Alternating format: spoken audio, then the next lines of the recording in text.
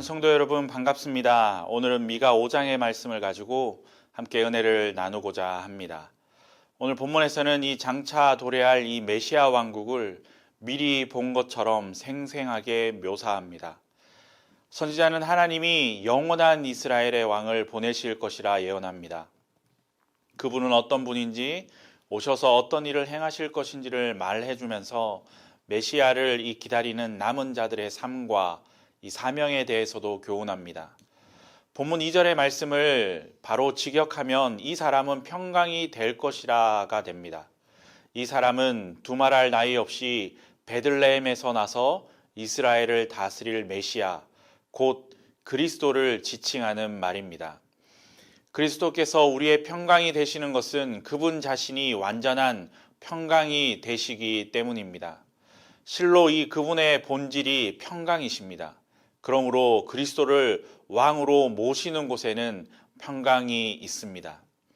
그리스도를 내 마음에 모시면 평강의 사람이 되고, 그리스도를 내 가정에 모시면 평강의 가정이 됩니다. 그리고 2절 말씀을 보면 예수님의 이 근본은 상고요, 영원이라고 합니다. 이 영원이라는 단어는 개역 한글에는 이 태초라고 번역되어 있습니다. 태초에 하나님이 천지를 창조하신 그 태초부터 계셨던 분이라는 뜻입니다. 그리고 하나님은 이 자신의 백성을 통치할 새로운 왕의 탄생지를 밝히시는데, 베들레헴은 이 당시 인구가 1000명도 되지 않는 작은 시골 도시였기에 이 4장 6절에서 작고 약한 자들을 모으시겠다는 선언과 맥을 같이 하고 있습니다. 하나님은 이 크고 화려하고 유력한 곳보다 작고 미약한 자들을 통해 일하시기를 기뻐하십니다. 그리고 하나님은 작고 약한 자들을 택하셔서 그들을 강하게 하시고 크게 쓰신다는 사실 또한 기억해야 합니다.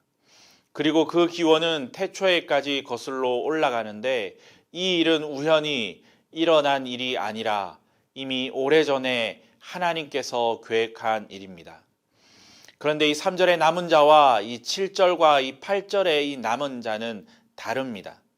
3절은 자신들의 죄로 인해 징계를 받은 후 돌아올 자들을 의미하고, 이 7절에서 이 8절은 끝까지 믿음을 지킨 신실한 사람을 의미합니다. 상고와 같은 이 고난이 지난 후 새로운 왕이 오실 때 3절에 기록된 남은 자들이 회복될 것입니다. 그 왕은 하나님의 능력과 위엄의 의지에 다스리실 것이며 그 나라는 창대할 것입니다. 왕은 이 열방을 평정하심으로 평강을 이루실 것입니다. 메시아는 온 백성을 평안케 할 것이며, 그분은 인간에게 평강을 주시는 동시에 스스로가 평강이 되시는 분이십니다.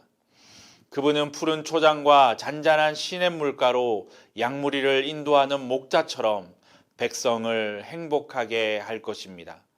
그리고 7절에서 이 9절의 말씀을 보면 선지자는 끝까지 믿음을 지킨 이 야곱의 남은 자들에게로 화제를 옮깁니다. 그들은 하나님이 뜻을 이루시기 위해 수많은 민족 가운데 남겨두신 자들이며 하나님의 뜻에 의해 특별히 선택된 사람들이었습니다. 그들은 이 내리는 이슬 같고 풀 위에 내리는 단비와 같이 이 세상에 생명과 활기를 주는 존재입니다. 그들은 하나님의 구속 역사에서 결정적인 역할을 할 것입니다. 그리고 하나님은 이 남은 자들을 통해 당신의 복을 세상에 흘러보내려 하셨습니다. 야곱의 남은 자들은 이 사자같이 용맹하고 강해 모든 대적을 무찌를 것입니다.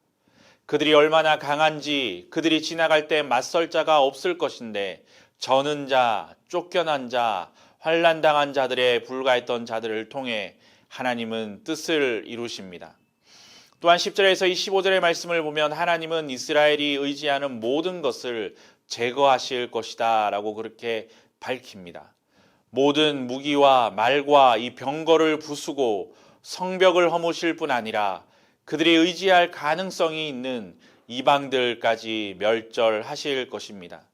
마지막으로 12절에서 24절의 말씀을 보면 모든 우상과 거짓 선지자와 점쟁이들 역시 진멸의 대상인데, 하나님은 끝까지 순종하지 않고 자신을 거역하는 자들에게는 진노와 분노로 갚을 것이다 라고 그렇게 경고하십니다.